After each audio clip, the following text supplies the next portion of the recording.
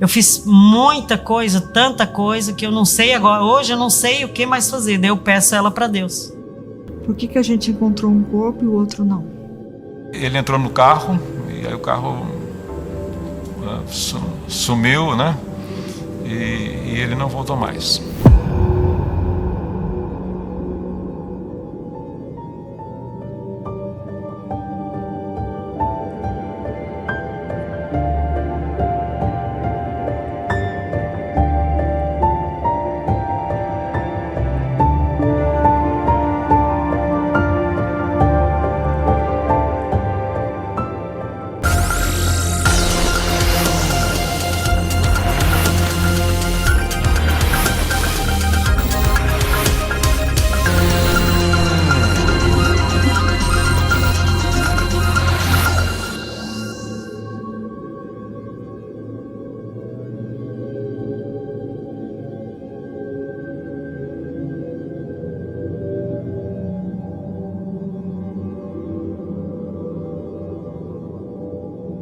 Meu nome é Maria Inês Silveira, moro no bairro Agronômica e sou a mãe da Elicéia Silveira, que desapareceu dia 18 de março de 95.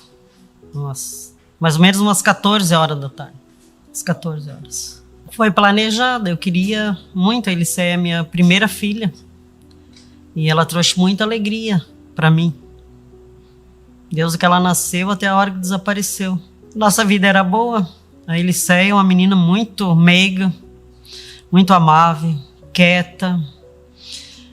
Vivia mais só comigo, assim. Não gostava muito de brincar com outras crianças. E não gostava de se misturar muito. No colégio ela era uma menina bem educada, estudiosa. Os professores não tinham reclamação nenhuma dela. E em casa ela era muito meiga, quieta. As coisas que chegava o final da aula, os professores pediam para guardar tudo, ela era sempre disposta, ela que guardava, ela que arrumava tudo.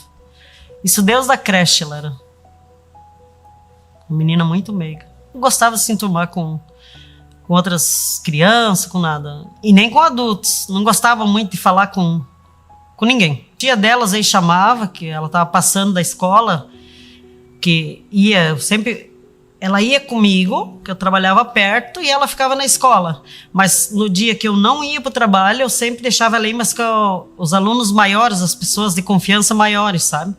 Aí estava passando, a tia chamava para falar com ela, nem para tia ela parava. Ela chegava em casa e falava para mim, a tia estava me chamando, mas eu não parei. Não conversava com estranhos, nada. Eu acordei de manhã, ela sempre gostava de ajudar eu a cuidar da menor, que tinha 1 aninho. Eu fazia mamadeira, ela dava para outra, cortava as frutinhas, ela dava para outra.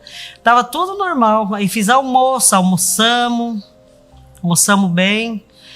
E eu lembro até que ela tirou a carne do prato dela e deu para nossa cachorrinha, que ela amava muito a cachorrinha, ela tirou a carne do prato dela e deu para a cachorrinha.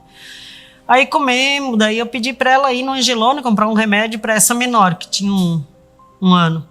Comprar um remédio, dei R$10 na época para ela ir comprar o remédio. Escrevi no papel tudo, o remédio que ela comprar. Daí ela foi para a farmácia. Quando ela fez uma voltinha assim, ainda joguei um beijo, dei um tchau para ela, que eu tinha costume, né? E só deixei ela aí com essa idade, porque eu não sabia, não era muito divulgado de crianças desaparecidas, que roubavam crianças, que, né, essas coisas assim.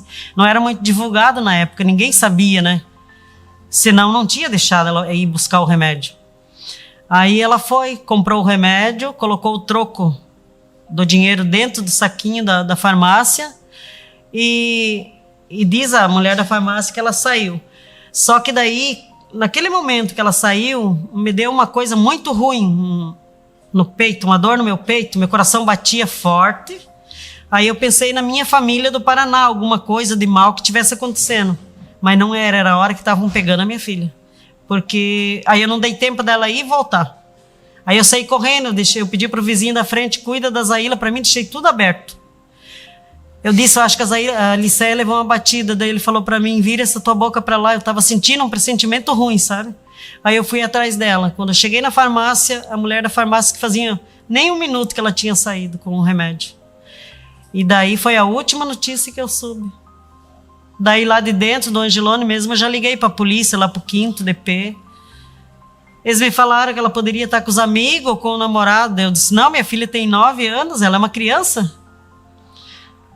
A pessoa que estava de plantão me atendeu e falou isso. Eu disse, não, ela é uma criança, ela não tem namorado e ela não sai assim sem, né, com amigos.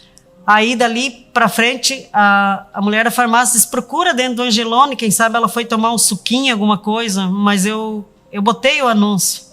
Mas eu sabia que se ela fosse querer tomar suco, ela ia falar pra mim, ela é uma menina muito educada, muito meiga, ela ia dizer, mãe, eu quero tomar um suquinho, ver o preço de alguma coisa. Então, dali pra frente, daí eu não soube mais dela, daí. Aí a polícia mandou procurar nos vizinhos, eu comecei a procurar nos vizinhos, ninguém viu, ninguém soube mais nada daí. A gente procurou durante o dia, mais tardezinho eu fui no 6º DP registrar o BO, que ela tinha desaparecido. Aí a polícia começou a investigar minha vida, escutar um vizinho, escutar outro, gente na rua e outro.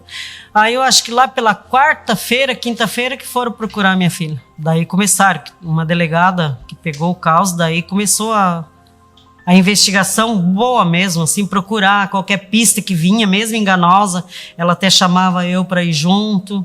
Aí começaram, depois de quarta-feira, daí ela desapareceu no sábado. Eles ficavam escutando blá blá blá daqui, blá blá blá dali, que sabe que tem pessoas que falam tanta coisa, né?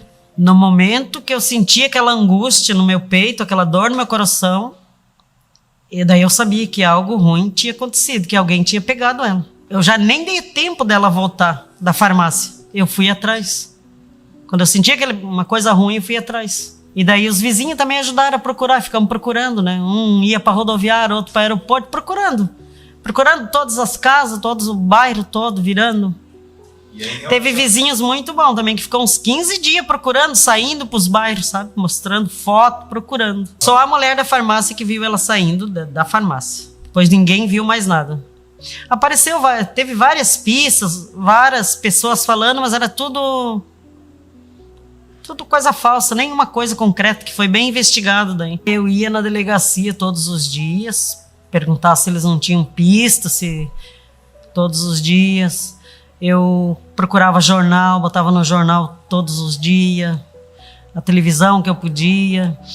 Eu fui em vários lugares. Eu fui no programa do Silvio Santo, naquele programa Em Nome do Amor, para procurar ela. E ia para a delegacia todo dia daí. Eu parei um pouco para poder andar atrás dela para todo lado. Eu trabalhava num condomínio, mas eu trabalhava no condomínio só 3 vezes na semana.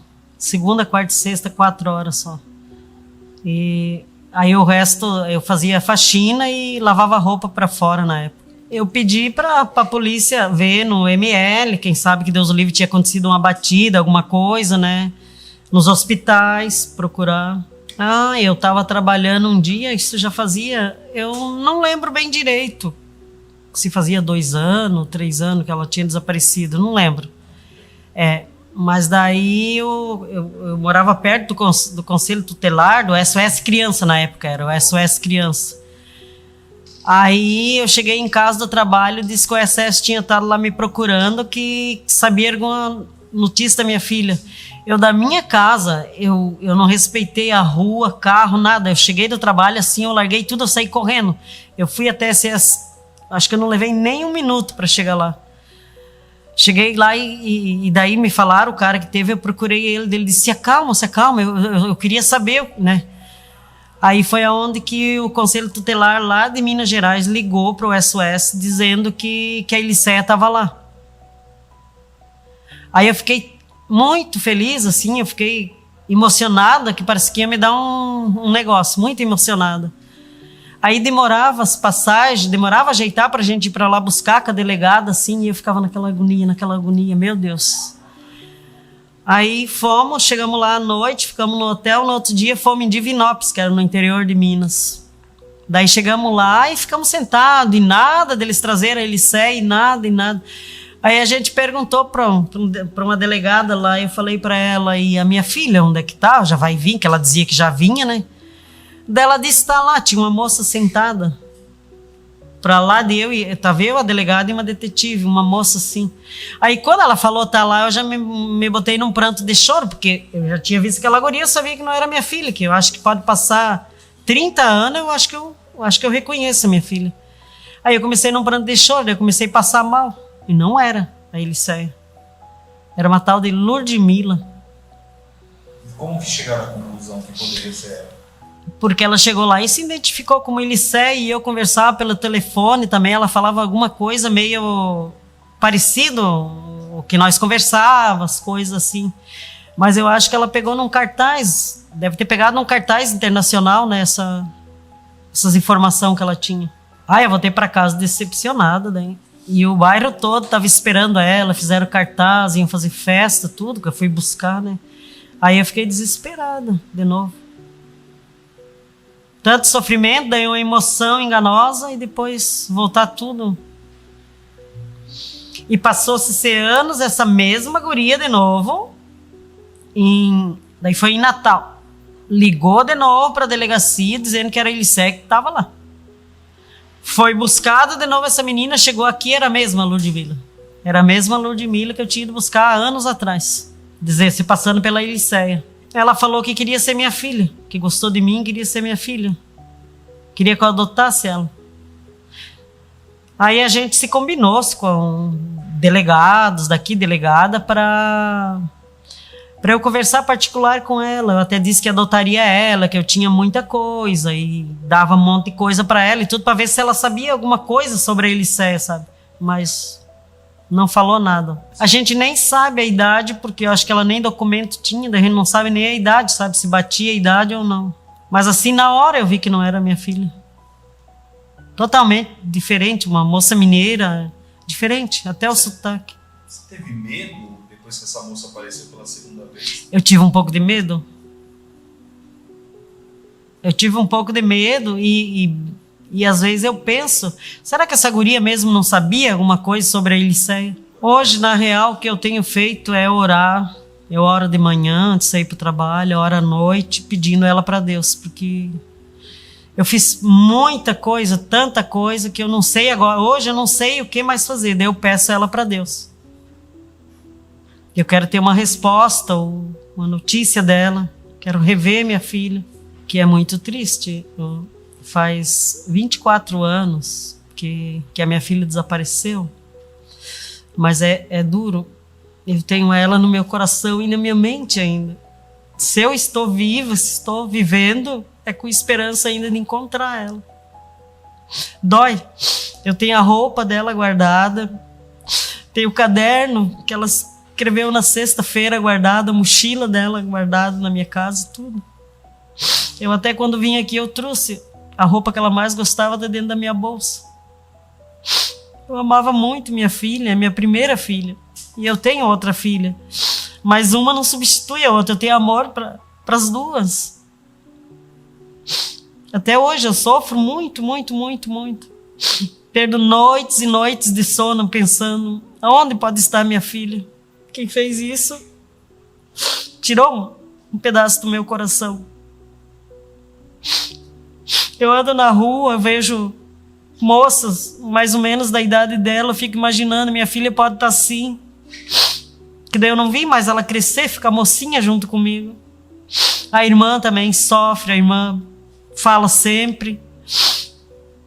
Que daí essa outra que eu tenho vai nos lugares, né? Todo mundo, meu irmão, minha irmã, e ela sabe que tem uma irmã, mas não sabemos onde está. A gente não sabe onde está. E eu peço ela todo dia para Deus, que foi Deus que me deu ela, Ele vai ajudar a encontrar.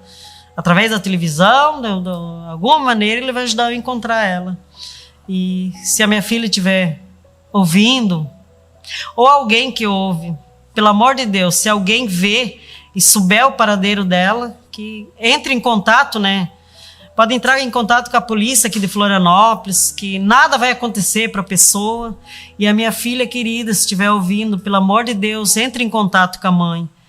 A mãe te ama muito, a mãe está esperando você ainda. E meu telefone está a dispor também. Meu telefone é 48 984 31 3077. Se alguém souber alguma coisa, pode entrar em contato comigo qualquer hora. Que às vezes não vai querer ligar para a polícia, mas ligue para mim. Vou continuar procurando a minha filha. Passe 20, 30, 40 anos, vou continuar procurando. Se ela entrar pela porta da minha casa hoje, eu não sei o que eu faria. A emoção ia ser tão grande que eu não sei o que ia acontecer comigo. Mas eu acho que eu ia abraçar muito, né? Erguer, pegar no colo, como se fosse um bebê de volta.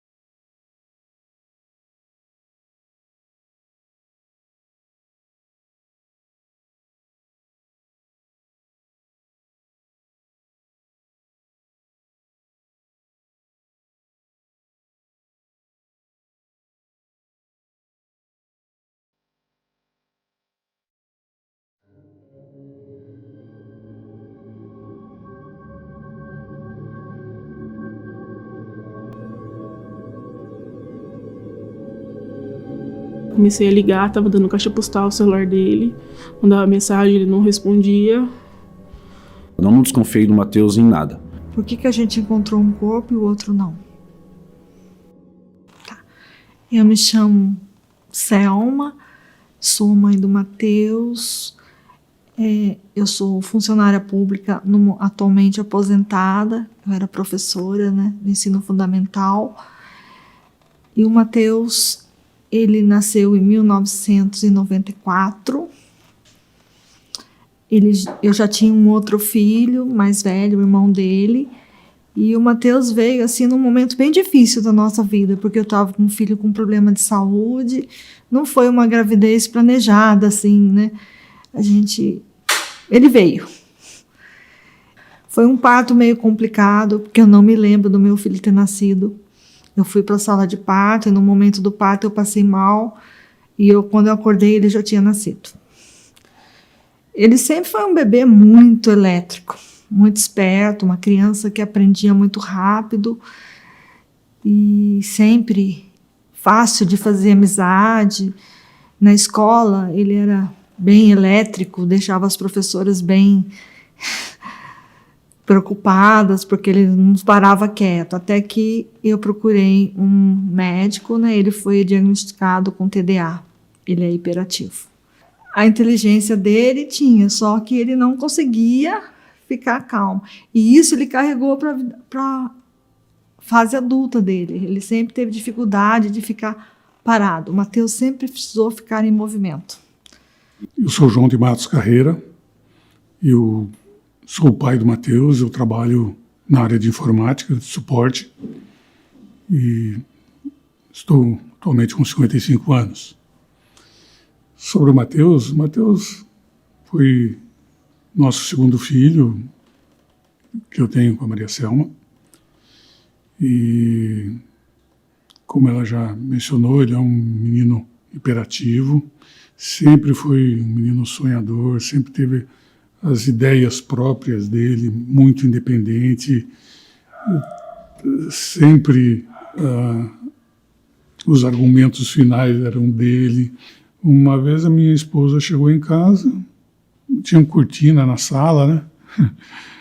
Daqui a pouco, quando abriu a cortina, tinha um monte de X, né? E os X foram subindo na parede até em cima do estante, um lugar alto, relativamente alto para o tamanho dele, né?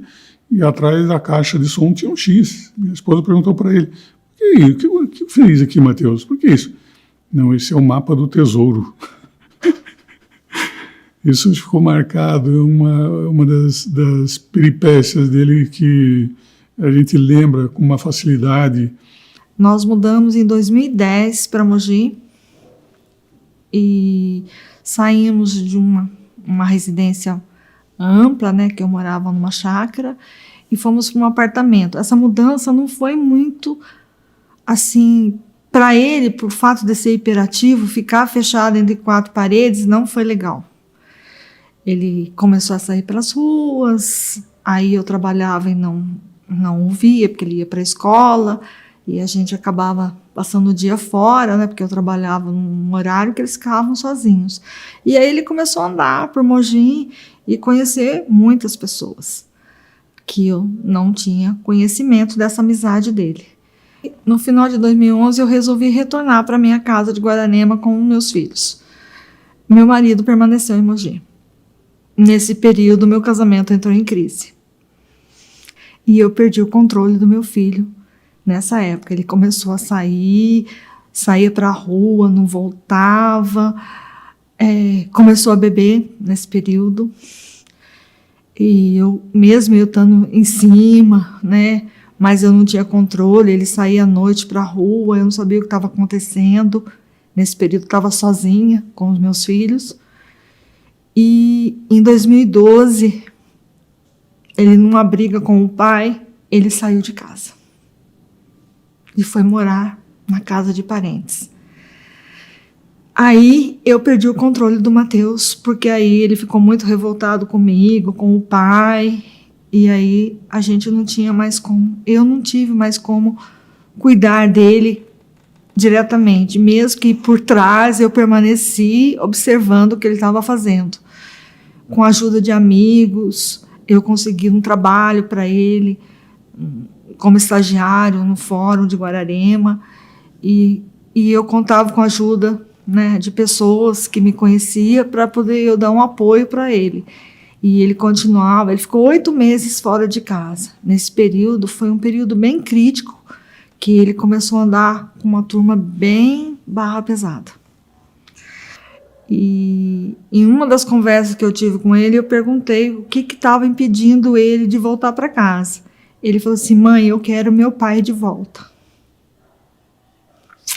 Aí eu conversei com meu marido e a gente voltou de novo a conviver juntos, nosso relacionamento, nós voltamos, né, no casamento, e nós começamos a correr atrás dele, reconquistá-lo para ele voltar para casa. No final de 2012, ele retornou para nossa casa e nós resolvemos tirá-lo novamente de lá e voltamos para Mogi das Cruzes novamente com ele, para afastar do grupo com que ele estava, e trouxemos para Mogi para ele voltar a estudar, né, porque ele estava terminando o ensino médio nessa época, e ele veio para Mogi estudar. E o irmão também estava estudando, começando a faculdade. E ele permaneceu bem nesse período, sabe? Em 2012 para cá, ele foi estudar. E lógico, eu não consegui evitar as amizades dele, né? Porque ele era muito fácil de fazer amizades. Então, onde ele encontrava, ele se enturmava.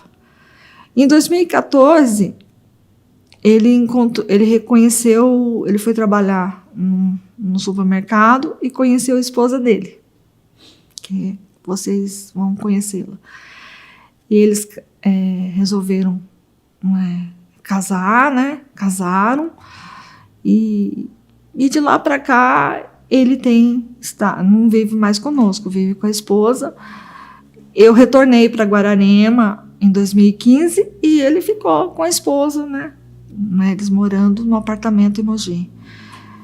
Meu nome é Camila Souza Matos Carreira, sou esposa do Matheus.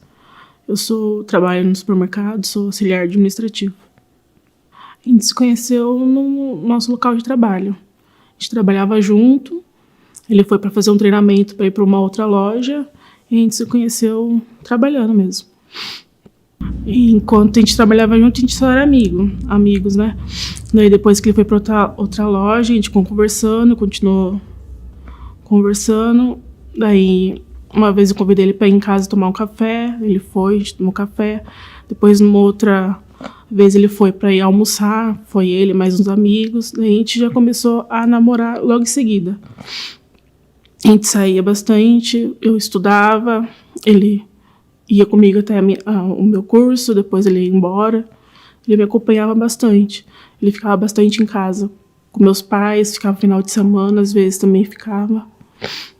Sempre conviveu, desde o início do namoro, a gente sempre conviveu bastante junto. Sempre ficou bastante junto em casa com meus pais. Não, a gente só assinou papel no civil mesmo. A gente decidiu não fazer festa. Não, na verdade, a gente nem falou pra ninguém. Ele foi no cartório, viu, resolveu que queria casar e a gente combinou o dia, foi e casou, assinou os papéis. Nós estivemos juntos no final de julho, numa festa de aniversário do afilhado dele. Estávamos todos bem, não observamos nada que justificasse ele ter desaparecido. Uma semana antes dele desaparecer, ele esteve na minha casa, tomou café comigo, passou a manhã comigo. Depois ele falou assim: mãe, eu estou indo embora porque eu vou trabalhar.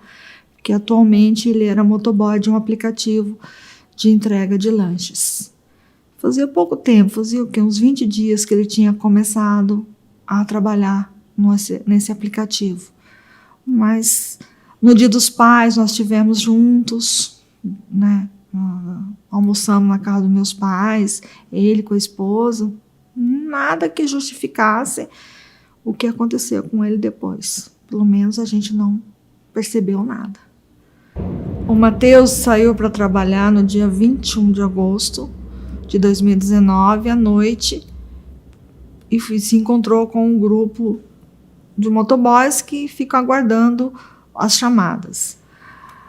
Eu fiquei sabendo o que tinha acontecido com ele no dia seguinte, pela manhã, no dia 22, quando eu acordei e tinha uma mensagem da minha nora dizendo que o Matheus não tinha voltado para casa, que ela tinha passado a noite toda em claro e que ela mandava mensagens, ele não respondia e que ela não sabia o que tinha acontecido, ele não tinha voltado para casa.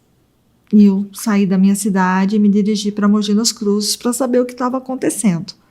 Fui até o apartamento onde ele mora, a moto não estava lá. Aí eu voltei para as ruas e comecei a ir aos locais que ele ficava aguardando os pedidos. Como era muito cedo, não tinha nenhum motoboy ainda lá para eu conversar. Então eu fiquei andando, fui até hospitais ali da cidade, perguntei se tinha dado entrada de algum acidente, porque ele havia caído várias vezes de moto, se tinha acontecido alguma coisa. Fui até a delegacia me informar se tinha havido algum acidente, nada. Aí por volta de umas 10h30 eu encontrei o grupo com o qual ele trabalhava, no ponto que eles ficavam. Meu nome é Luiz Fernando Branco, sou amigo do Matheus. Eu conheci o Matheus através do serviço de aplicativo, né? Por eu ser um dos motoboys mais antigos do aplicativo na cidade, falaram para o Matheus que eu poderia dar uns conselhos para ele trabalhar, ganhar um dinheirinho dele, né? É onde a gente acabou se conhecendo. Até o presente momento, quando a gente se conheceu, ele aparentou uma pessoa muito do bem, uma pessoa legal. Conversamos bastante, pediu muito conselho, perguntou como que era, né, o jeito de ganhar um dinheiro, como que dava para ele ganhar um dinheirinho dele. Tirei as dúvidas que ele tinha no presente momento e sentamos e conversamos bastante, né? A gente conversamos sobre família, o dia a dia dele também. Ele falou bastante comigo do dia a dia dele e aparentava para mim uma pessoa muito do bem, né? Tava chovendo no dia que ele conversou bastante comigo. Ele estava sentado do meu lado, estava eu e ele no presente momento lá. Ele me passou muita confiança e pegou muita confiança em mim também, né? Ele falou da moto dele, falou da família dele, falou da esposa, falou de filhos. Na verdade eu pensei que era filhos, depois que eu descobri que era gatos, né? Ele falava que tinha filhinhos, mas eu não sabia o que eram filhinhos dele. Para mim, era filhos. Eu pensei que ele era um pai de 4 a 5 filhos. Eu fiquei assustado com a idade dele. Mas aí descobri há pouco tempo que era gatos que ele tinha. Mas é uma pessoa do bem. Para mim, é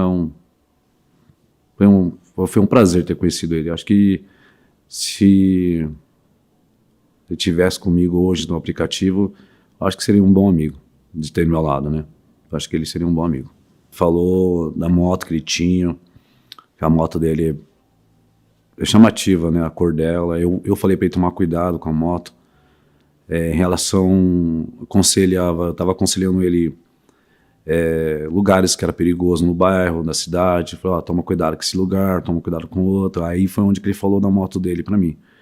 Eu fui e falei para ele, sua moto, por ser chamativa, não trabalha muito à tarde, tenta ir embora para casa mais cedo, não fique na rua, se algum pedido tocar para você depois da meia-noite, tome cuidado. Ele falou para mim que precisava juntar um dinheirinho, e eu falei para ele os lugares que ele poderia realmente ganhar o dinheiro, e eu não ia nesse local porque é um lugar perigoso, então eu não estava indo, que é um bairro um pouquinho mais distante, né, do centro da cidade. Falei para ele manter no local que ele estava, que era próximo ao comércio de shopping, lojas, né. Aí ele falou para mim que ele ia seguir meu conselho, e foi onde que ele me agradeceu, que ele conseguiu fazer um dinheirinho, né. Conseguiu fazer uma grana não muito alta, mas também não muito pouca. Tipo, para ele ficou feliz, né. Ele falou que estava satisfeito com aquele dia. E aí depois dessas conversas que a gente tivemos, vi ele mais umas 2 vezes, ele veio, me cumprimentou normal, e já logo aconteceu esse fato, né, esse ocorrido de ele ter sumido, né. Ele me buscou no serviço, no trabalho, era 4h30, me deixou em casa, já era umas 4h15 mais ou menos, 4h45 mais ou menos. Daí ele saiu, já era 5 horas para trabalhar. Eu liguei para ele mais ou menos, já era umas 5h30, pedi para ele ir no mercado comprar as coisas para gente tomar café. Ele foi no mercado, ele não tomou café com a gente, ele só deixou as coisas e saiu. Já era umas 5h30 mais ou menos, pouco antes das 6. Depois a gente só foi conversando por mensagem. Na decorrer da noite sempre conversava muito, perguntava para ele como estava saindo as entregas, se estava saindo bastante, se ele estava andando bastante com a moto, se estava tudo bem. A gente sempre conversou muito. E nesse dia ele falou que estava fraco ainda, pouco as entregas, estava meio fraco, que não estava saindo muito, e que ia embora para casa. Então era mais ou menos umas 11 horas, 11h20 mais ou menos, foi quando eu mandei mensagem para ele se ele estava vindo embora ou se ele ia demorar. Ele falou que tinha terminado as entregas, que estava vindo embora. Era mais ou menos umas 11h20 da noite já.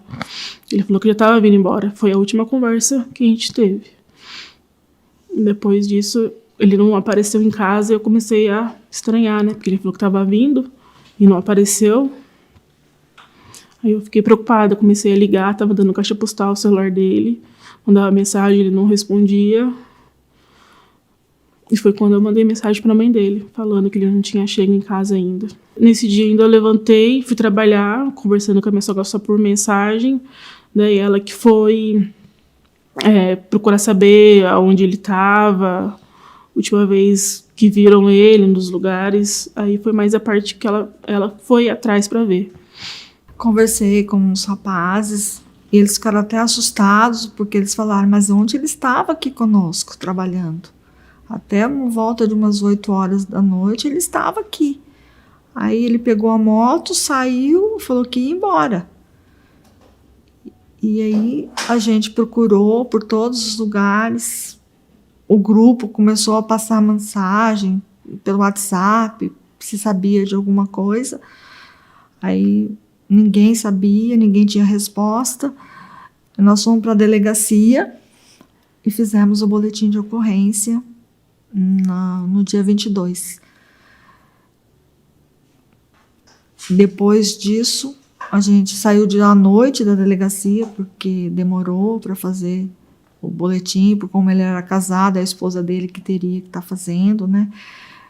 Aí nós fomos lá no trabalho, ela também não sabia o que estava acontecendo, e nesse período a gente ficava mandando mensagem para o WhatsApp do celular dele. A gente viu que recebiam lá, visualizavam, mas não respondiam. Voltamos para casa no dia 22. No dia 23 de madrugada, eu recebi uma mensagem de uma pessoa que está lá no Japão, que é amigo dele, me dizendo que a moto dele estava num bairro lá de Mogi.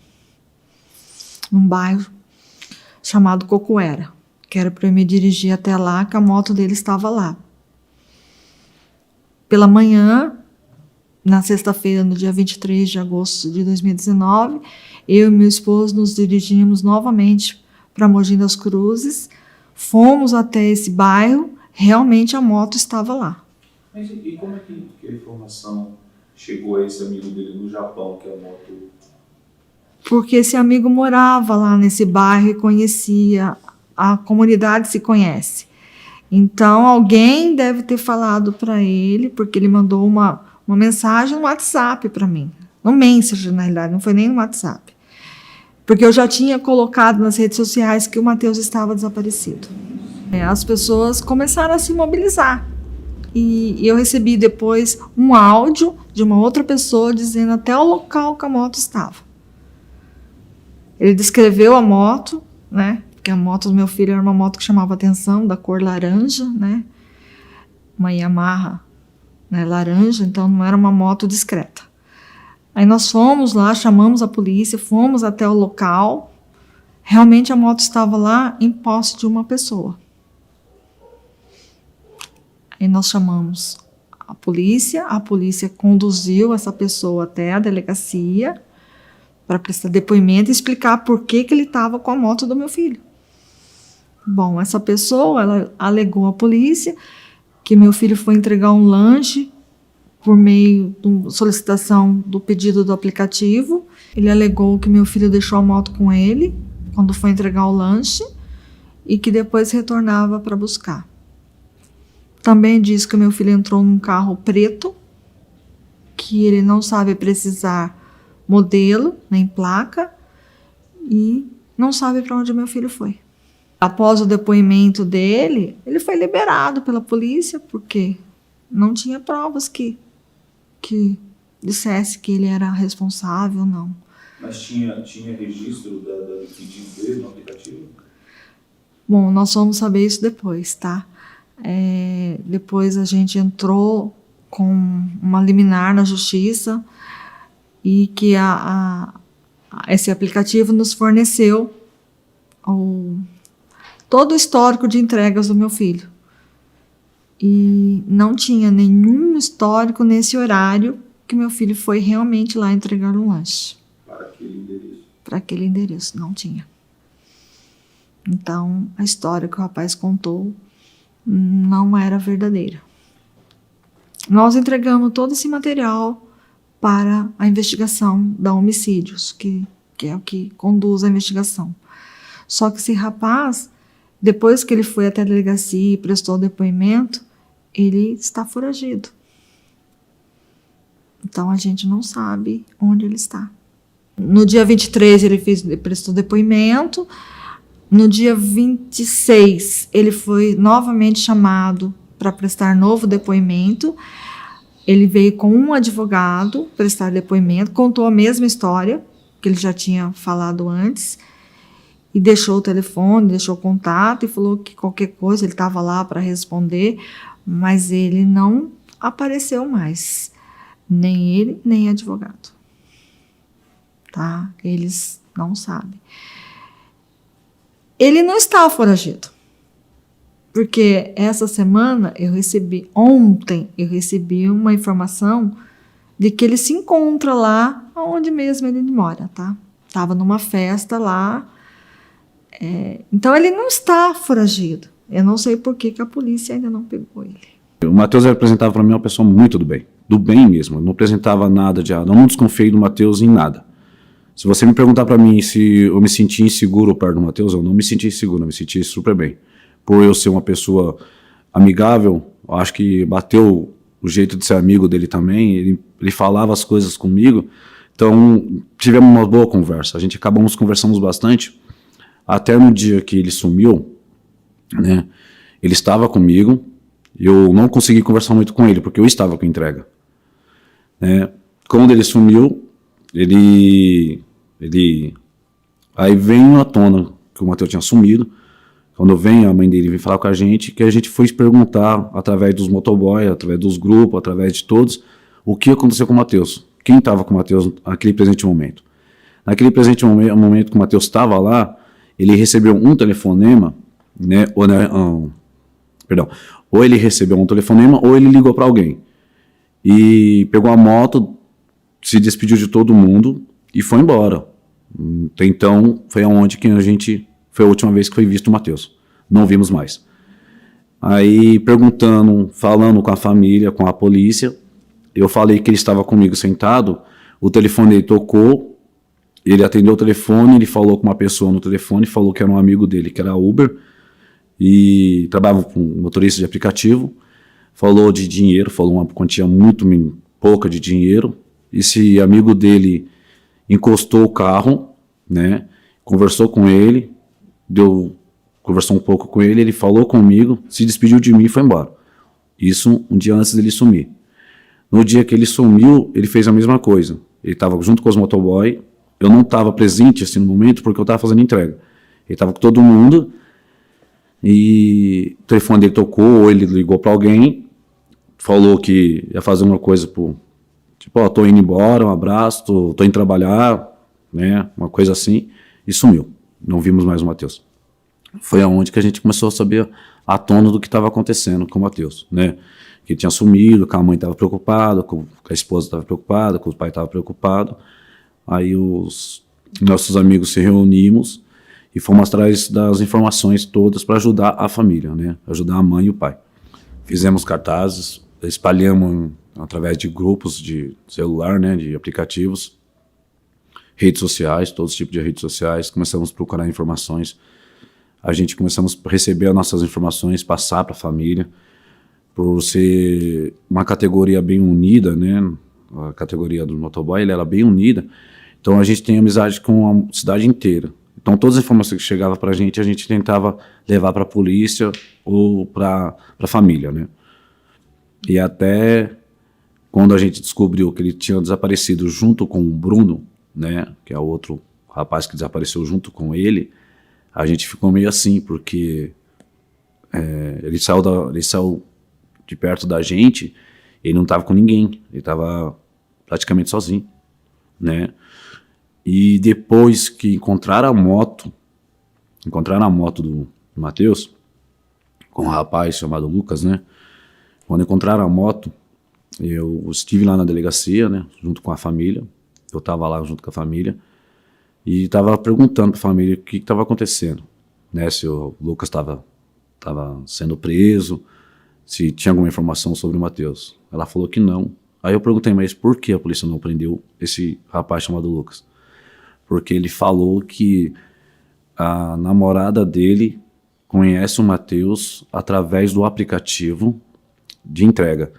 Que o Matheus fez uma entrega para ela, tinha amizade com ela, ela pediu o lanche de novo, pediu, né, o lanche, e o Matheus que foi entregar para ela de novo, e nesse momento que entregou para ela, pediu para ele ficar com a moto. Nessa mesma hora, eu falei para a família, não, isso é impossível de acontecer, isso não tem como acontecer. Avisa a polícia que isso não tem como. Porque na forma que a gente trabalha com o aplicativo, é um caso de acontecer de você cair um cliente 2 vezes, mas é muito difícil. É 1 em 1 milhão. Não vamos falar para você que é impossível. Acontece. Mas na mesma semana, nos mesmos dias, é difícil. Não tem como. E não tem como você conhecer uma pessoa através do aplicativo, né? De entrega. Porque a sua conversa com o cliente, ela é o básico. Bom dia, boa tarde, boa noite, simpatia, né? E acabou.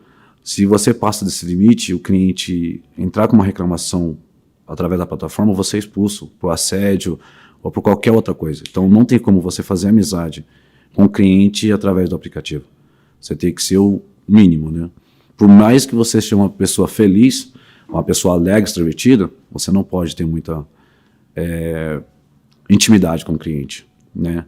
Porque isso pode se virar contra você. Então, quando falaram isso para mim, o caso do Matheus, esse menino Lucas, Eu fiquei muito assustado, porque eu faço entrega também. Então, eu fiquei preocupado porque podia ter acontecido comigo, né? Podia ter acontecido comigo. Aí ficou nessa questão entre o Matheus, o Lucas e a família daquele presente momento, né? Ficamos preocupados por demais. Todos, motoboy da cidade, na verdade, foi muitos motoboys, ficaram preocupados, ficaram com medo. As conversas que vinha pra gente, as histórias que estavam vindo pra gente, estavam nos assustando.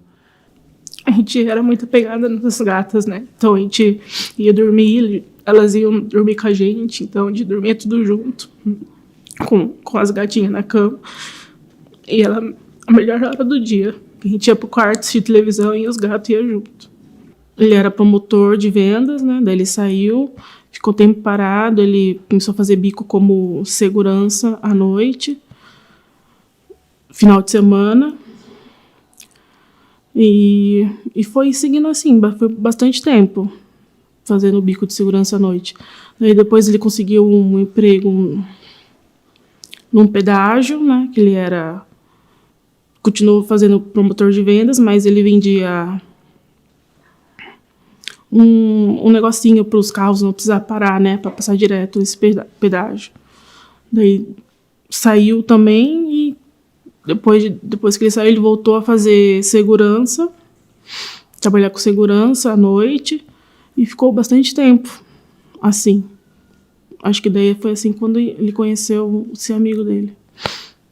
No dia que o meu filho desapareceu, eu coloquei nas redes sociais que eu estava procurando e começou a aparecer muita informação na minha página. E entre essas informações, postaram que tinha também uma outra pessoa desaparecida. Quando eu olhei para a foto, eu falei assim, eu conheço esse rapaz, é amigo do meu filho. E mora no mesmo bairro onde eu encontrei a moto. Eu entrei em contato com a família, né? A gente acabou se conversando, foram feitas várias reportagens que a mídia, na época, colocou no ar desse rapaz. Esse rapaz, ele foi localizado alguns dias depois, no dia 28 de agosto, em Óbito. Por meio de uma denúncia anônima, a polícia chegou no local, ele tinha sido sepultado numa área bem afastada do centro de Mogi, uma área bem deserta, com poucas pessoas, e o corpo dele estava lá enterrado. Isso no dia 28 de agosto. O que é estranho é que junto com esse corpo estavam os documentos do meu filho, o celular do meu filho, o documento da moto, e esse rapaz estava vestido com as roupas do meu filho. Mas do meu filho mesmo, eu não achei nada. Sabe, não achei nenhuma pista que me leve até ele. A gente até colocou cães farejadores procurando, inclusive lá no local onde foi encontrado o corpo. Os cães até detectaram odores do meu filho por lá, mas a gente não achou nada que dissesse, olha, ou ele está em óbito, ou não encontramos o corpo do meu filho. Eu não sei se meu filho está vivo ou se está morto, sinceramente, eu não sei. Sim, eles andavam sempre juntos, esse rapaz estava sempre junto com meu filho. Inclusive, a última vez que eu vi meu filho, que ele esteve em casa, esse rapaz estava junto com meu filho. Só que meu filho sabia que eu não gostava dele, então ele não chegou até a minha casa, ele ficou andando na cidade. E eu só soube que ele esteve lá porque a minha cidade ela é vigiada por câmeras. E tem um centro que monitora a cidade toda, somente as entradas da cidade. E o rapaz que monitora, meu amigo, ele me mandou uma foto da moto saindo da cidade e na garupa estava uma pessoa. E essa pessoa é esse rapaz que morreu. E por que você não gostava desse rapaz? A intuição de mãe, sabe? Eu acho que ele não era uma amizade legal para o meu filho. Não tenho nada com a vida pessoal dele, mas meu filho o conheceu através de trabalhos de segurança em eventos. Acho que foi dessa maneira que eles se conheceram. Mas eu não tinha uma boa impressão dele. Agora, se ele era uma pessoa que fazia alguma coisa ilícita. Não posso afirmar porque eu não sei nada da vida dele, tá? E a família, eu tive pouco contato. Ele só tinha um irmão, e esse irmão nem falava com ele, então os pais já eram falecidos. Então eu não conheço a vida desse rapaz. Mas a intuição de mãe avisa, né, filho, não é uma boa companhia. Eu recebi algumas informações, mas quem me passou essa informação, ela falou assim que meu filho não tinha nada a ver com a história do óbito desse rapaz. Que na realidade meu filho caiu numa armadilha. Que o outro rapaz estava com alguns problemas, que eu também não sei dizer quais, e que ele falou que era meu filho que estava envolvido, e no dia dos desaparecimentos, os dois desapareceram no mesmo horário. Tá? Tanto a família do rapaz lá diz que ele também recebeu uma ligação por volta das 19 horas, e meu filho também recebeu uma ligação, segundo o grupo do motoboy, foi neste horário, 19 horas, que o meu filho recebeu uma ligação e saiu. Falou tchau, tchau, tô indo, e foi embora. Então, agora eu não posso dizer se isso é verdade ou não, porque a pessoa não fala com a polícia de jeito nenhum. Ela passou, falou comigo, que ela foi pesquisar, ver o que aconteceu, porque ela conhece meu filho. Ela é amiga do meu filho. Daí ela falou assim, olha, seu filho não tinha nada a ver com essa história. Ele caiu nessa história, porque um defeito era do Matheus. Eu não sei se isso é qualidade ou defeito. Ele vestia camisa por qualquer pessoa. Se ele visse alguma injustiça, ele ia atrás. E às vezes as confusões que ele se metia, tanto tempo da infância dele na escola, normalmente não era ele que tinha aprontado. Ele que foi tentar ajudar um amiguinho que estava lá em apuros, e ia todo mundo para a diretoria, né? Mas ele nunca fez assim, que ele arrumasse uma briga. Isso eu nunca presenciei. E mesmo na escola, na época, voltando na infância, sempre a diretora fala assim, eu não sei, Selma, por que o Matheus se meteu no meio dessa confusão? Ele não tinha nada a ver com isso. E essa informação que chegou até mim foi isso. Eu não sei por que o Matheus caiu nessa. Ele não tinha nada a ver com essa história desse rapaz que foi encontrado em óbito. Esse rapaz estava com alguns problemas, também não sei quais são. Eu não posso falar desse rapaz porque a família não está aqui, eu não tenho autorização para falar o que eu sei dele, né? Não posso. O que eu acho que aconteceu com o Matheus? Sabe uma coisa que minha avó, minha mãe, né? Minha avó, ela é minha mãe, foi tudo para mim. Ela me falava, filho, não anda com pessoas, né? Que você não confia. Eu acho que o Matheus estava com pessoa errada, no lugar errado, no momento errado, com a pessoa, tudo errado para ele. Ele não deveria estar naquele local. Porque a gente não conhece cada um, né? A gente não sabe o que se passa, cada um faz. Mas eu acho que o Matheus estava no lugar errado, a pessoa errada, no momento errado. Eu acho que se ele ficasse com a gente ali, se esforçando para ter a entrega dele, eu acho que ele não teria essa repercussão toda. Eu acho que o Matheus não teria sumido, né? Não teria desaparecido. Não sabe onde o Matheus está hoje, né? Se ele tá com frio, se ele tá com calor, se ele tá com fome, né? Se ele tá com a memória boa, se ele não tá com a memória boa. Então, eu acho que aconteceu com o Matheus, não sei, na verdade, não sei. Fico perguntando isso para mim todo dia. O que aconteceu com o Matheus também, né? Por que aconteceu isso com ele? Podia, que eu sempre falei, né? Podia ter sido qualquer um ali na cidade, ou com meus amigos, comigo, porque a gente tá todo dia na rua, a gente corre risco também, né? Já pensei em muita coisa, né? A gente faz muitas conjecturas. Ele tá foragido, com medo, escondido, porque eu não posso pôr a mão no fogo pelo meu filho dizendo que ele não era usuário de droga. Bebida eu sei que ele usava sim.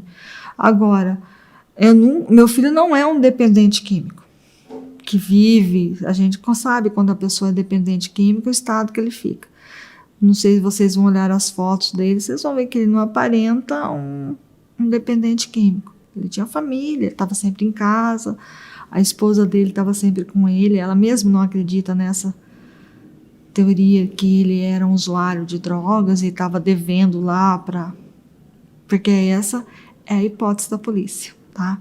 Que o meu filho era um usuário e que devia lá e que foi julgado pelo tribunal do crime. Mas eu não concordo com essa hipótese da polícia. Que ele foi julgado, tanto que eu quis questionar a polícia por que o rapaz em óbito estava vestido com as roupas do meu filho.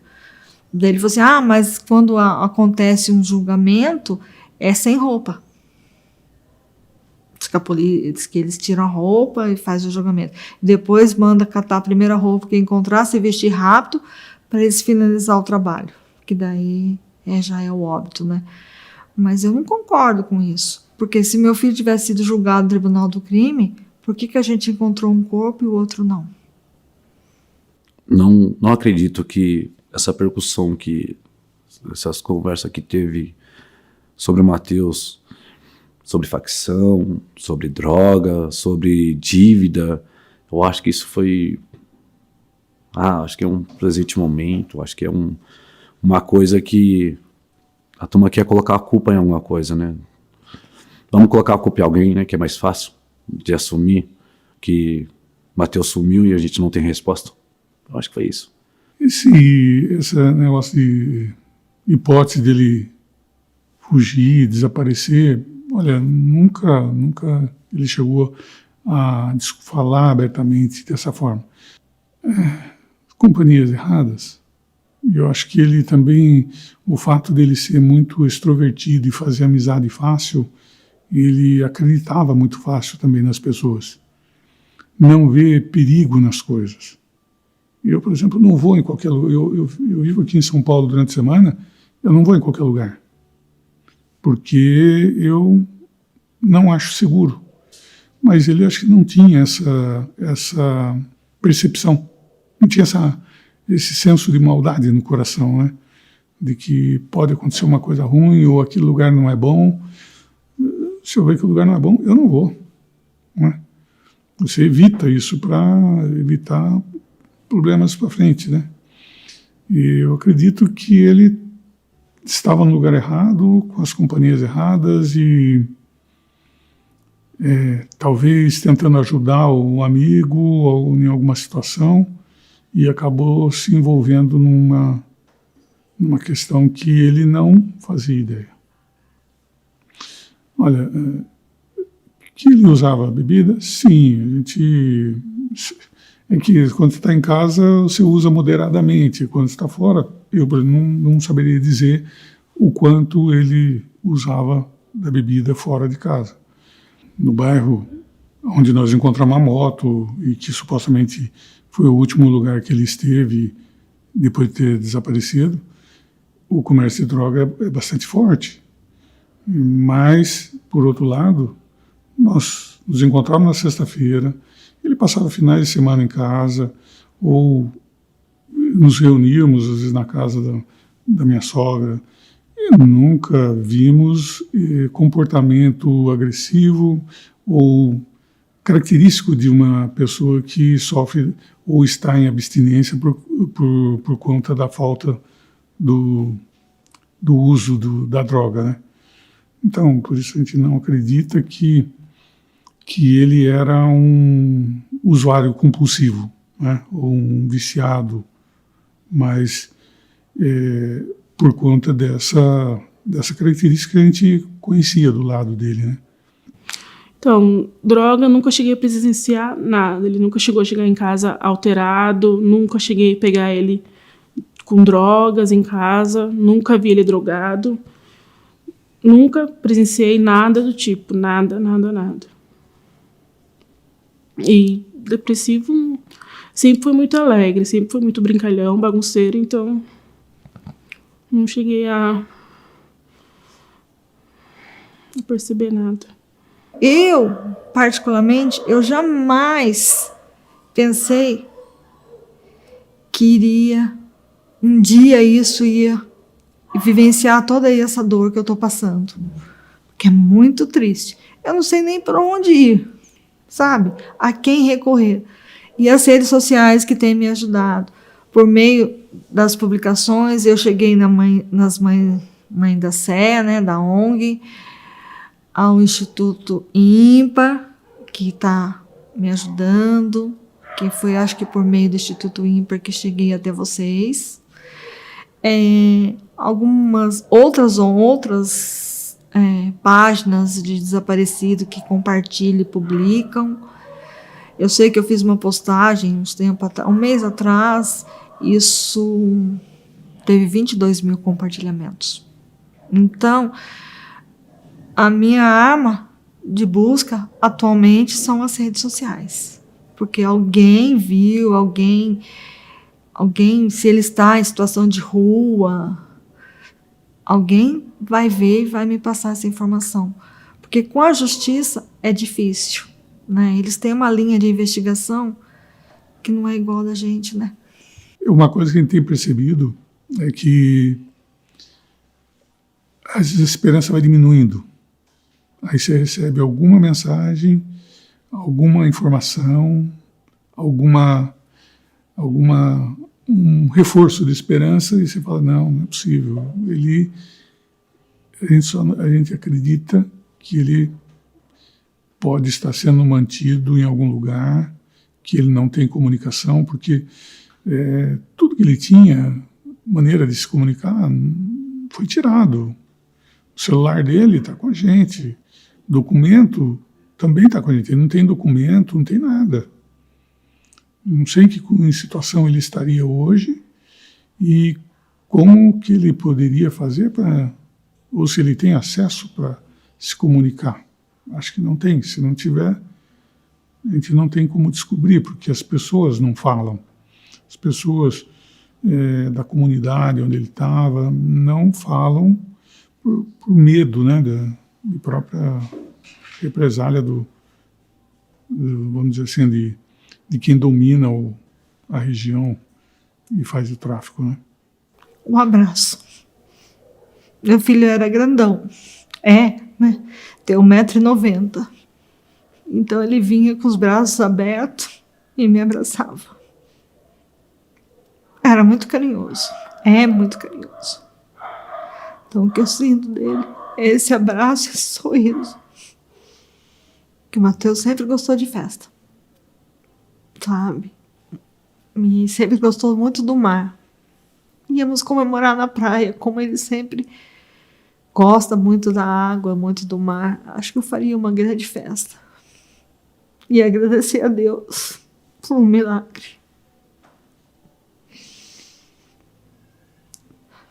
Os motoboys sempre perguntam, né? Os motoboys sempre perguntam, a gente sempre entra nesse assunto do Matheus e a gente não consegue mais ajudar no sentido, não passa desse, a gente tem uma barreira que a gente tenta fazer uma coisa, mas a gente não consegue, né? Aí vem aquela pergunta, por que não prenderam aquele menino naquele dia? Que justiça é essa que deixou o menino embora? Se a resposta para a família tá ali. Sabe que é difícil pra gente, motoboy? Quando a mãe dele, Dona Selma, posta um vídeo e ela chora, tipo, pedindo, filho, quero você de volta, vem pra casa. Onde você tá, filho? Isso dói pra gente, porque eu sou um filho, eu não queria ver minha mãe chorando, né? Então, toda vez que ela posta esse vídeo, ou ela faz um apelo, pedindo para as pessoas compartilhar, para a polícia, resposta do Estado, né? Que precisa dar uma resposta para a mãe. A gente se sensibiliza muito, a gente fica muito mal. A gente quer ajudar, a gente quer correr atrás. Na verdade, a gente quer abraçar ela, né? E isso, um abraço de filho para uma mãe, eu acho que não tem preço. A minha esperança é 100%. Eu nunca vou desistir de procurar meu filho. Eu não sei se é intuição, mas eu não me sinto que meu filho está morto. Meu coração acha que ele está em algum lugar. Onde eu não sei, mas que ele está vivo. Eu não aceito a teoria da polícia que ele está morto. Não aceito. Então, a minha intuição... Eu sonho muito com meu filho. E a última vez que eu sonhei com ele, a gente estava numa festa e ele chegou. Eu espero por esse dia. Eu espero. Deus há de nos ouvir e um dia vai mostrar onde ele está.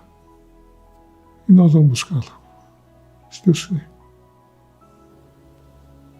Uma mãe nunca desiste do seu filho. Nunca. Acho que nunca vou deixar de procurá-lo. E nessa semana eu estive com Ivanise, da Mãe da Sé. E ela me falou isso: não desista. Eu estou há 24 anos procurando a minha filha. E ela está ali, firme, e ela falou que a filha dela está viva. Então, não vou desistir. Vou continuar procurando, contando com a ajuda de tantos anjos que Deus tem colocado na minha vida.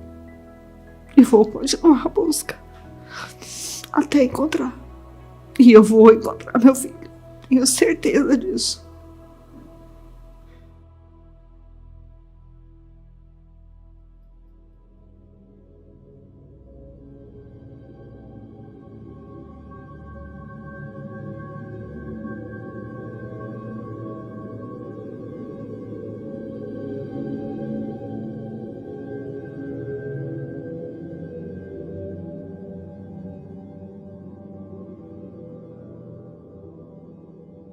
Meu nome é Luiz Fernando Jugno da Silveira e eu sou o pai do desaparecido Luiz Gustavo Abdala Jugno. Ele está desaparecido desde 2010, fazem 8 anos. O Gustavo foi criado numa família com mais 2 irmãs, são 3 filhos. E sempre foi uma infância considerada normal, sem nenhum problema. Ele sempre foi bastante alegre, bastante brincalhão, sempre era o motivo da festa. Então ele estava sempre provocando um, provocando o outro, e era realmente uma pessoa que fazia muitos amigos. E o perfil dele era ser uma pessoa bastante sociável e bastante agradável para as pessoas, né? Bastante querido. Ele namorava, né? Ele tinha muitas namoradas, né? Ele era talvez por esse perfil aí de ser uma pessoa sociável, ele atraía muitas meninas. Então, se for ver no Facebook, na época era o Orkut, MSN, tinha muita menina. Ele era de uma família simples, né? E ele morava com a mãe, não tinha nenhum carro, nem nada, né? Mas ele tinha uma facilidade, meninas muito ricas aí da cidade, e namorava com ele, convidava para festa, tudo. Então ele realmente nesse aspecto era privilegiado. O problema, eu não posso esconder, é que ele tinha envolvimento com a droga, não é? Então, infelizmente, esses jovens aí têm essa dupla personalidade, que em casa são uma coisa, quando sai com os amigos. Então, no bairro dele, onde ele cresceu, ficou adolescente, é uma infestação muito grande de droga, né? E ele acabou sendo contaminado aí. E eu até demorei para descobrir isso, né? Porque eu sou separado, então eu morava em outra cidade, moro em outra cidade, não tinha contato direto, e ele escondia isso de mim, e as irmãs dele, a mãe, escondiam de mim também, porque sabiam que eu não sou favorável a isso, né? No dia anterior, domingo, foi dia dos pais. E ele eu convidei os outros filhos, né? Fomos no shopping e tal, fazer um almoço. Ele não foi, porque disse que tinha os amigos, né? Faz parte aí, tudo bem. Aí na segunda-feira ele ligou para mim à noite e falou: ó, pai, tal, desculpe aí que eu não fui, tal, com os amigos, pá, tudo bem. E aí ele estava, quando ele me ligou, já estava fazendo ginástica, tem academia. E então ele teve o dia normal, aí à tardinha tem uma academia perto da casa dele, aí foi lá, aí fez a malhação dele, dali foi fazer um lanche com um amigo, e aí lá pelas 10 horas, ali no bairro Campeche mesmo, ali tudo normal, e ali ele voltou para casa em torno de 10h30 por aí. E aí ele chegou em casa, e aí logo depois aí apareceu um carro, estacionou na frente da casa, pessoas viram esse carro estacionar, e um rapaz desceu, era um amigo dele, é um amigo de adolescência do bairro, amigo que conversava com ele todos os dias pelo MSN, pelo Orkut. Ainda foi até a casa, que a casa fica um pouco nos fundos, desceu do carro, foi lá, bateu na janela. Aí o Gustavo desceu, foi até a frente, iniciou-se uma conversação ali. Teve uma vizinha ali que viu que eles estavam meio que discutindo, não era gritando, mas viu que assim, alguma coisa ali, sabe, alguma conversa, parecia que tinha alguma coisa que eles estavam aí, não estava bem certo ali. Ele entrou no carro, e aí o carro sumiu, né? E ele não voltou mais. Aí no dia seguinte, a mãe dele acordou, ela já estava dormindo, acordava cedo para trabalhar, aí ela viu que a cama dele não tinha sido mexida. Aí, coração de mãe é complicado. Ela olhou para a cama e teve um frio no coração.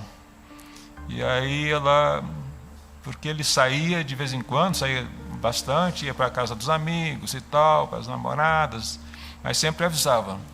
Nesse dia, como ele não avisou nada, ela deu aquele estalo que alguma coisa estava errada. E aí ele tinha deixado o computador ligado, estava aberto o MSN, o Orkut, e ele, certamente que ele pretendia voltar logo, né? Deixou tudo aberto, ligado. Aí a mãe aproveitou, começou a fazer contato aí com os amigos todos, né? E ligou para lá, ligou para cá, e ninguém sabia dele, né? Ninguém tinha visto, ninguém tinha notícia dele, né?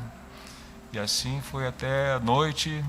Aí à noite que ela foi me comunicar, porque ela também não quis me assustar, então à noite que eu fui comunicado que ele tinha desaparecido, e aí eu iniciei as buscas.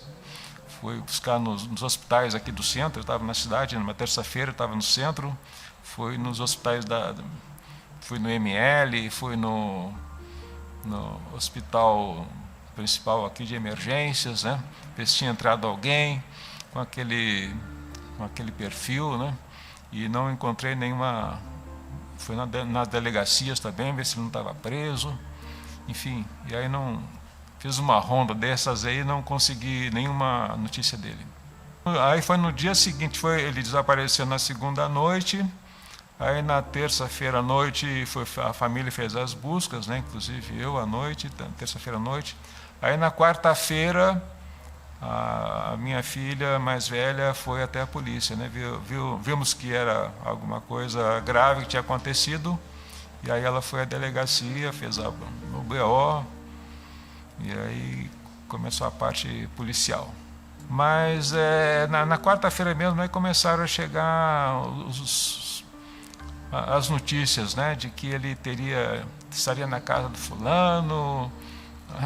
Parece as fantasias, não, mas teve alguém que viu ele no MSN, na casa do fulano, escrevendo uma mensagem para lá, para cá, e aí começaram, não, porque viram que ele estava na casa de uma namorada, lá não sei aonde, na casa de uma mulher, e aí começaram a chegar várias E inclusive o pessoal, um rapaz que é suspeito pela morte dele, né? E também chegou essa informação, né? O pessoal, olha, ele deve ter sido morto por esse rapaz aí, né? Porque aconteceu isso e tal, né? Então as pessoas já começaram a jogar suspeita em cima do rapaz aí que a polícia investigou como possível criminoso. Nós transmitimos para a polícia, né, as informações que nós estávamos recebendo, né? E a polícia fez análise aí. Esse rapaz já tinha passagem pela polícia, ele morava nos Estados Unidos, ele tem dupla cidadania, então ele morava nos Estados Unidos e era daqui de Florianópolis. Nas férias ele vinha para Florianópolis. E aí então nesse período estava aqui na cidade. Então a polícia analisou as informações aí e foi investigá-lo, investigou o carro dele. O carro dele foi examinado, né? Passaram até luminol, tudo, para ver se teria, né, vestígio de sangue, né? Então, só que a polícia, e ele negou tudo, né? Só que aí a polícia não conseguiu investigar certos detalhes porque ele estava indo para os Estados Unidos. E até cá entre nós, né, todo mundo falava assim, poxa, mas a polícia não pode, a justiça não pode deixar o sujeito ir porque existe indícios sérios aqui de um crime e no mínimo ele teria que dar mais algumas explicações aí, né? Mas o delegado achou que não tinha nada que pudesse comprometê-lo realmente, né? E aí ele embarcou.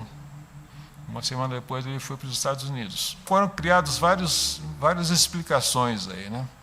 Então, realmente a polícia não chegou a uma conclusão assim de que o que realmente aconteceu, né? Houve depoimentos anônimos. Então, realmente a polícia não sabe dizer exatamente aconteceu isso, aquilo, né? Tá entendendo? Mas é algo relativo à droga, alguma confusão entre eles lá, que ele foi condenado pelo tribunal do crime aí do pessoal, né? E esse motivo aí realmente ainda ficou obscuro porque as pessoas não querem, todo mundo tem medo de falar, né? Porque nesse campo aí ninguém fala a verdade, né? Então tinha grandões do tráfico aí, alguém mandou executá-lo, né? Porque o cara que executou era amigo dele, era um cara que ia lá todo dia, né? Então, só que esse cara era frio, porque esse cara ele é militar, soldado do exército americano, né?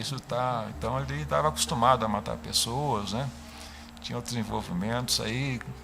Então, para ele matar um a mais, um a menos, né? É uma pessoa bastante fria aí. Então, mais ou menos agora exatamente o que aconteceu aí, que até agora ainda é um mistério. No começo ainda havia uma dúvida de que ele estava morto, né? Porque sempre até a família, ser humano, a gente duvida, a gente sempre tem o benefício, né? Poxa, mas não, meu filho morreu e tal, não morreu, né? Deve estar vivo. E havia muitos boatos aí de que ele teria sido salvo na última hora, levado para outra cidade. Então houve uma busca aí também que ele tinha feito uma viagem para o Rio de Janeiro há pouco tempo, de repente ele foi para o Rio de Janeiro aí. Eu telefonei para muita gente aí, né, nessa busca aí, né, pesquisando onde ele poderia estar, né, se estivesse vivo, né? E eu fiz muita coisa aí, eu arrisquei a minha vida assim, não sei se outros pais acho que também fazem a mesma coisa, né? A gente recebia informações aí de que ele poderia estar enterrado em certos lugares, né? E eu enfrentei aí umas situações aí que se eu fosse apanhado correria risco de vida talvez, né? Até pelo depoimento que está na própria polícia, né? A própria polícia recebeu essas informações aí e me chamou, e foi ela que me falou que ele foi executado, né? Na mesma noite ele foi executado e foi enterrado no local onde, né, já estavam preparados, até a cova estava preparada. Ele foi executado e enterrado de maneira profunda aí para não ser descoberto o corpo, né? Então isso aí foi, não é que eu estou inventando, isso aí foi a própria polícia, eu acredito isso, né? O único problema é que não houve, apesar das investigações, aí não conseguiram chegar ao local exato onde, sabe a praia, né? Mas é assim, o local é muito amplo, né? Não tem como, então sabe que foi por ali, mas não tem como chegar no corpo, né? Eu não falei no começo, né? Mas eu sou militar aposentado, talvez por esse feeling de ser militar, eu fui atrás, né? Investiguei nas redes sociais, procurei amigos, eu deixei de fazer outras coisas na vida e realmente me dediquei muito tempo na internet e contato, e andando vários lugares e várias trilhas aí que eu peguei, porque o pessoal falava, olha, pode estar aqui, pode estar ali. Então realmente mudou a minha vida bastante. Eu estava indo num rumo e de repente esse evento aí me fez desviado. Então as pessoas matam as outras, né, achando que não, o sujeito está me dando um problema, eu vou matá-lo, aí está resolvido o problema, né? Mas a vida não é assim, né? A vida é complexa, né? Sempre a pessoa nunca está sozinha no mundo, né? Ela tem um universo em volta aí. Quando se mata as pessoas também estão matando um grande número de pessoas aí, né? Então é bastante complicado. Isso aí merece até mais investigação, mais reflexões, né, das pessoas nesse assunto aí, né? A minha esperança é que aparecesse algum, que tem pessoas que sabem o que aconteceu, né, que tivesse a coragem de fazer uma delação, né, para que a polícia reabrisse a investigação aí, né? E a única coisa que eu gostaria é de realmente resgatar o corpo dele. Deve ter hoje em dia pouca coisa, né? Mas pelo menos isso faz parte da consciência humana, né? Da natureza humana, juntar aqueles vestígios ali, confirmar a morte e fazer um enterro digno, né? Então isso aí é que por enquanto ainda resta mais pouca esperança aí, né? Ele sempre foi uma pessoa muito carinhosa, né? Então tem muitos momentos, né? Desde pequeno, né? Que a gente tem esse envolvimento. Que eu sempre fui um paizão meio mãe, né? Então a minha esposa, da qual me separei, não era uma pessoa assim que às vezes tinha tanto cuidado quanto eu. Eu tinha mais cuidado, mais preocupação com os filhos do que ela. Então com os outros filhos também. Então eu sempre fui o pai que estava lá dando banho, né, dando mamadeira. Começou por aí, troquei muita fralda, né? Então assim, esse coração de mãe aí desde pequeno aí, então isso aí realmente assim por isso que é complicado para o ser humano. As pessoas não mata um e resolve tudo, não é assim, né? Existe uma coisa muito complicada aí, da gente precisa de muita força aí para não entrar em depressão. Quem já perdeu o filho sabe que tem muita gente que realmente perde a linha aí, né? Sai da casinha aí e entra em situações bem difíceis aí, né? Eu só não entrei em situação mais difícil porque eu tenho uma certa estrutura emocional, espiritual, né? Então eu acho que isso aí é muito importante. Fui a Uberaba ver se eu consegui alguma psicografia dele, né? Fiz viagem com a minha filha, andei em vários médiuns e tudo, né? Então a gente vai atrás de tudo aí, né? Realmente é bem complicado isso. Eu tenho amigos espíritas aí, então vem muitas notícias assim, sabe? Que eu falo assim, pô, o Gustavo tá por aí, né?